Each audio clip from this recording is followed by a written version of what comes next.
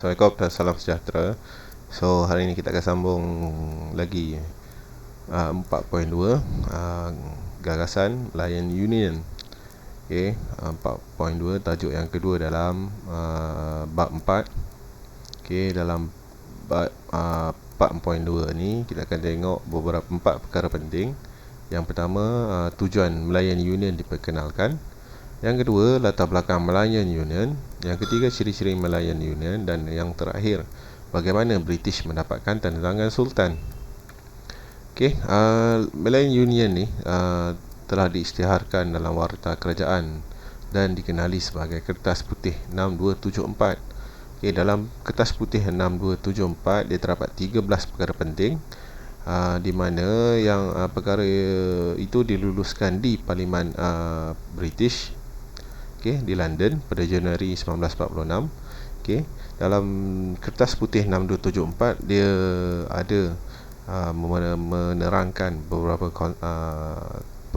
perkara, termasuklah konsep kesatuan, bentuk pentadbiran, sistem perundangan, kedudukan Raja-Raja Melayu, syarat kewarganegaraan dan agama Islam.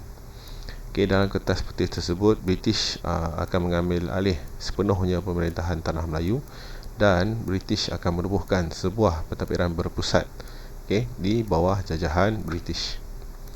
Berikut adalah kronologi pelaksanaan gagasan Melayu Union di Tanah Melayu. Pada Februari 1943, unit perancangan Tanah Melayu telah dibentuk di London. Seterusnya, rancangan Melayu Union dibentangkan di Parlimen British. Ketika itu, Persatuan Pelajar Melayu Britain menghantar memorandum bertarikh 25 April 1945 yang meminta supaya hak kewarganegaraan di Tanah Melayu tidak mengikut prinsip jus soli. Kemudian, Tan Cheng Lock dan Persatuan Cina Seberang Laut telah menghantar memorandum kepada British berkaitan dengan masa depan di Tanah Melayu. Kemudian, barulah Kertas Putih 6274 dilancarkan. Rancangan Melayu Union disiarkan dalam Warta Kerajaan, dan pada tanggal 1 April 1946, Melayan Union dilaksanakan di Tanah Melayu. Melayan Union ni maksud dia adalah satu bentuk pentadbiran yang baru di Tanah Melayu untuk menggantikan BMA, British Military Administration. Tujuan utama Melayan Union diperkenalkan oleh British, yang pertama adalah untuk melicinkan hal-hal pentadbiran. Yang kedua adalah untuk menjimatkan kos pentadbiran. Yang ketiga, mengukuhkan pertahanan Tanah Melayu. Dan keempat adalah meningkatkan pelaburan ekonomi, untuk mendatangkan duit yang banyak. Yang kelima, mengekalkan orang asing sebagai sumber tenaga kerja untuk meningkatkan ekonomi. Ciri-ciri Melayu Union, yang pertama adalah negeri-negeri Selat, negeri-negeri Melayu bersekutu dan negeri-negeri Melayu tidak bersekutu disatukan bawah satu bumbung, di bawah satu pentadbiran. Yang kedua, Ketua Melayu Union, yang pertama adalah Sir Edward Gen, merupakan Governor Melayu Union yang pertama. Ketua Melayu Union ni mestilah orang British, yang dilantik oleh Parlimen British. Yang ketiga, terdapat dua majlis utama di bawah Melayan Union. Yang pertama adalah majlis eksekutif untuk jalankan pentadbiran, kira dia orang handle hal-hal pentadbiran. Yang kedua adalah majlis undangan untuk buat undang-undang yang baru di bawah Melayan Union. Yang keempat, Singapura. Negara Singapura diasingkan.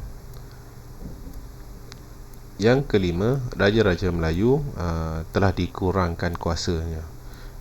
Raja-Raja Melayu hanya jadi ahli majlis Raja-Raja yang hanya boleh menjaga adat istiadat orang Melayu dan hal-hal yang berkaitan dengan agama Islam. Seterusnya adalah Ketua Negeri, mestilah dilantik sebagai menjadi Pesuruhjaya Negeri. Jus soli, kerakyatan berdasarkan kelahiran. Siapa yang lahir di Tanah Melayu automatik akan dapat warga negara.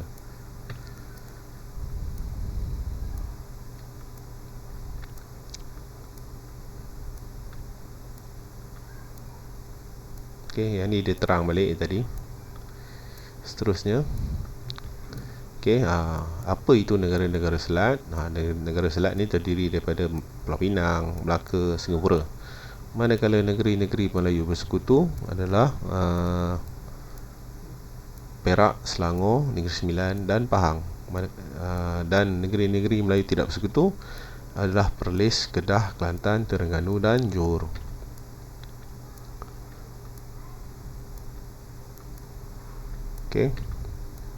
Faktor bila dah wujudnya Melayu ni, terdapat tentangan daripada rakyat di tanah Melayu. Sebab penentangannya adalah, yang pertama adalah kedaulatan dan kuasa raja dihapuskan. Raja Melayu hilang kuasa, dia orang tak ada power, tak boleh jadi pentadbir kepada negara tanah Melayu sendiri. Sebab raja hanya dihadkan dua perkara saja tadi, agama Islam dan hal-hal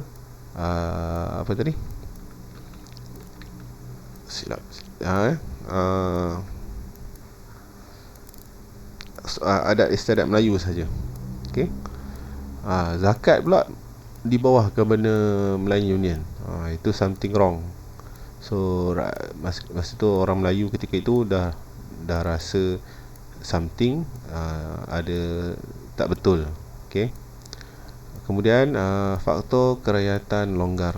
Kerakyatan ini mengancam status quo orang Melayu sebagai peribumi. Kiranya katakanlah orang British berkahwin di tanah Melayu ketika itu, keluar anak lahir isterinya lahirkan seorang anak, anak Mak Saleh, automatik anak Mak Saleh tu mendapat hak warga negara sebagai orang tanah Melayu.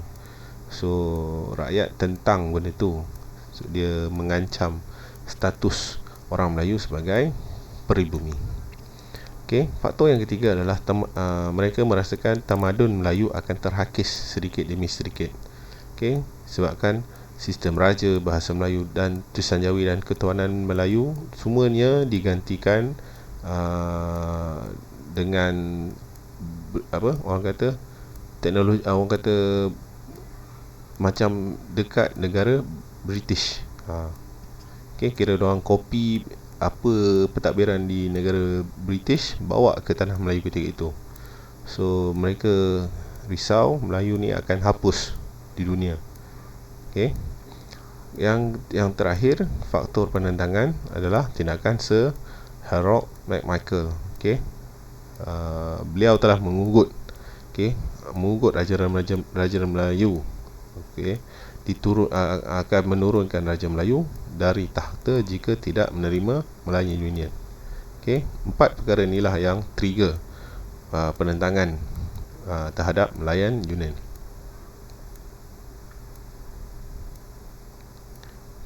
Ni adalah bentuk pentadbiran.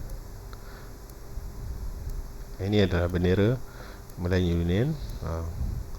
Negeri-negeri yang ada di tanah Melayu ketika itu ditadbir oleh Melayu Union. Sistem pentadbiran Melayu Union terdiri daripada Parlimen British yang melantik Governor Melayu Union mestilah orang British. Ada tiga Majlis Eksekutif Melayu Union, Majlis Undangan Melayu Union dan Majlis Raja-Raja Melayu. Majlis Eksekutif Melayu Union dan Majlis Undangan Melayu Union akan membantu Gubernur Melayu Union. Majlis Eksekutif Melayu Union akan melaksanakan undang-undang sedia ada, manakala Majlis Undangan Melayu Union merupakan badan perundangan yang membuat undang-undang. Majlis Raja Melayu ketika itu tidak begitu penting kerana tidak ada kuasa perundangan. Diorang ni hanya bincang hal ehwal agama Islam dan adat istiadat orang Melayu. So kuasa Raja-Raja Melayu ni memang terhad. Mereka hanya ada dua benda ni je yang diorang boleh handle. Pesuruh negeri di setiap negeri, terdapat 11 pesuruh jaya negeri yang dilantik oleh Melayan Union. Jus Soli. Kemudian ni Jus Soli. Sesiapa yang lahir di tanah Melayu dan Singapura 18 tahun ke atas tinggal 10 daripada 15 tahun di tanah Melayu. Kurang dari 18 tahun.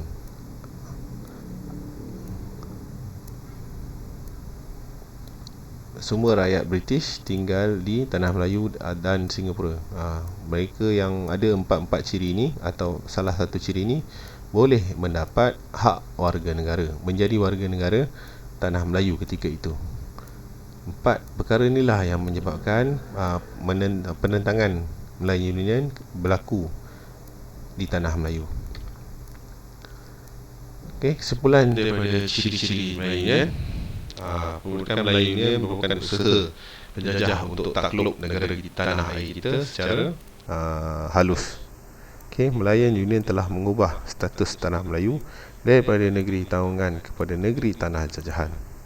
Oleh sebab itu, kita perlulah menolak sebarang bentuk penjajahan demi kelautan Ibu Pertiwi, meskipun nyawa menjadi taruhan.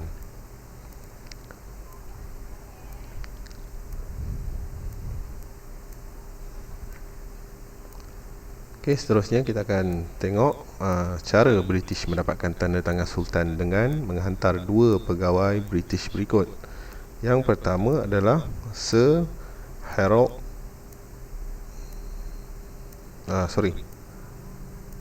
Sir Harold McMichael dan H.C. William. H.C. William merupakan timbalan ketua pegawai hal ehwal awam, yang merintis jalan. Kedua-dua orang ni merintis jalan menghadap Raja-Raja Melayu untuk dapatkan untuk buat tinjauan sokongan Raja-Raja Melayu terhadap British ketika itu. Dia orang dua ni ditugaskan untuk melihat, orang kata survey lah, adakah Raja-Raja Melayu ketika itu sokong ke tak gagasan Melayu Union.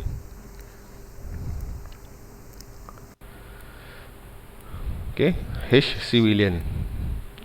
Dalam laporan William, beliau yakin bahawa Raja-Raja Melayu akan menyokong Melayu Union 100%. Dengan menandatangani Melayan Union. Kerana setiap pertemuan dengan Sultan, William berusaha memastikan sokongan Raja-Raja Melayu untuk menandatangani perjanjian. Kesannya misi William telah memudahkan tugas McMichael.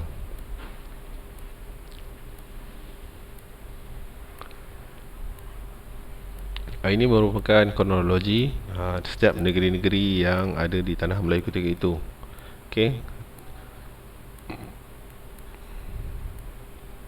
Apa yang William lakukan di setiap negeri-negeri. Seterusnya, Sir Harold McMichael pada 11 Oktober 1945, McMichael, wakil kerajaan British, tiba di Port Swettenham, Selangor dengan menaiki kapal Royalist. Ketika itu beliau ditemani oleh A.T. Newbold sebagai jurubahasa. Cara yang dirintis oleh William ternyata tidak menepati harapan wakil kerajaan British. McMichael tetap menerima tentangan daripada Raja Melayu. McMichael menggunakan pelbagai taktik untuk dapatkan persetujuan Raja-Raja Melayu terhadap Melayu Union. Dalam tempoh 2 bulan, beliau berjaya mendapatkan tentangan persetujuan 9 orang Raja Melayu. Berikut merupakan orang kata tempoh masa apa yang McMichael buat. Dijumpa juga. Kalau awak tengok sinopsis ni, semua di negeri Pahang, negeri Sembilan dipaksa. Bukan suka-suka tapi terpaksa menurunkan tanda tangan untuk menyokong Melayan Union. Begitu juga dengan Perak. Di Kedah dan Perlis. Okey, kiranya Mac Michael ni datang berjumpa dengan sultan-sultan, raja-raja tanah Melayu ni menggunakan kekerasan, menggunakan paksaan, menggunakan ugutan. Okey.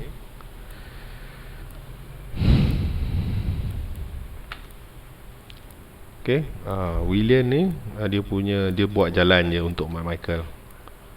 Semua menggunakan desakan dan paksaan. Tidak dipersetujui dan menimbulkan reaksi penentangan. Kesannya Raja Melayu telah membantah Perjanjian Melayan Union. Okey, selesai topik 4.2.